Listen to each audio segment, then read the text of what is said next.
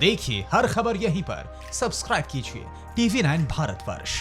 अभिषेक दत्त साहब, क्या आप इस बात को मानेंगे कि अभी जो स्ट्रैटेजी नजर आ रही है भारत सरकार की, जिस तरह से चीन की चालबाजियों का बार बार जवाब दिया जा रहा है एक सटल वे में, यही पॉलिसी जो है इसे आगे बढ़ाना चाहिए, सफलता मिलेगी?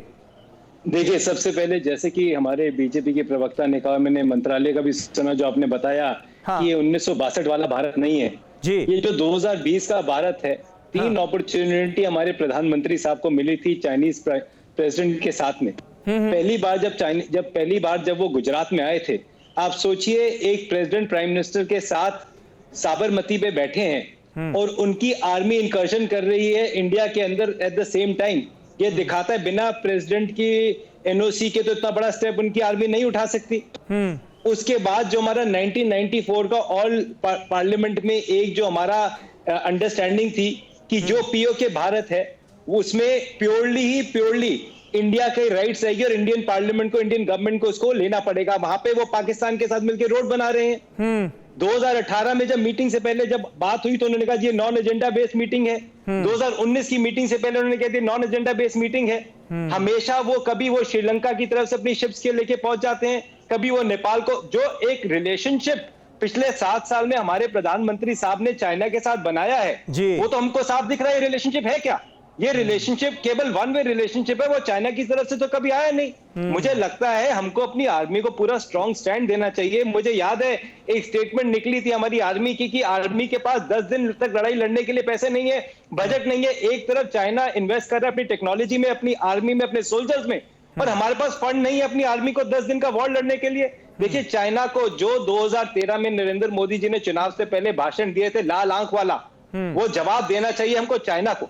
परंतु वो जवाब केवल बातों में नहीं होना चाहिए। अगर 2018 में वुहान में वो बात करते, डोकलाम के बाद एक स्टेटमेंट निकली थी कि हमारे आपस में सारी चीजें रिजॉल्व हो गई हैं। अगर वो चीजें रिजॉल्व हो गई होती तो आपको लगता है चाइनीज आर्मी रोड बना रही होती, वो अंदर घुस रही होती। चाइना का मेन एम क्या है? उनका बड़ा सिंपल एक एम है, वो हमारे पास जो फिंगर वेस्ट जिसे कहते हैं 16,000 स्क्वायर फीट पे वो कब्जा करना चाहता है ताकि वो भारत में पूरी तरीके से देख पाए।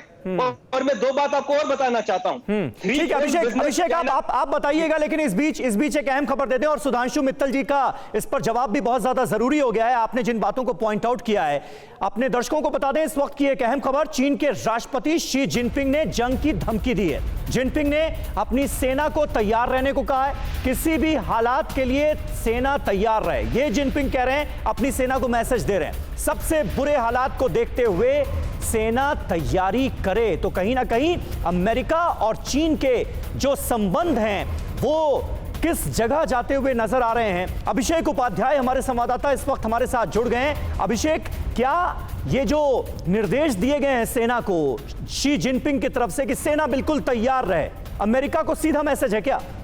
देखिए, चीन पर दबाव काफ़ी बढ़ चुका है और चीन पर दबाव चौतरफा बढ़ चुका है समीर।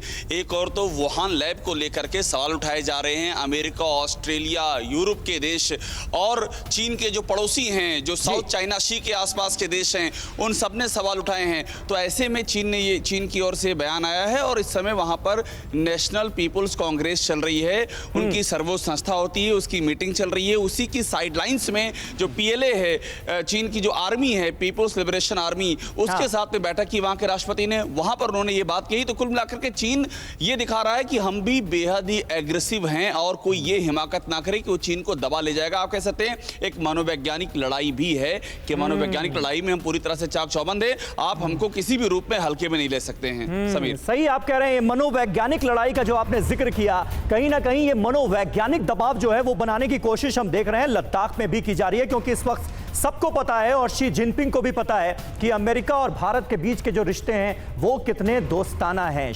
परवाह देश की, सोमवार से शुक्रवार रात 10 बजे TV9 भारतवर्ष पर।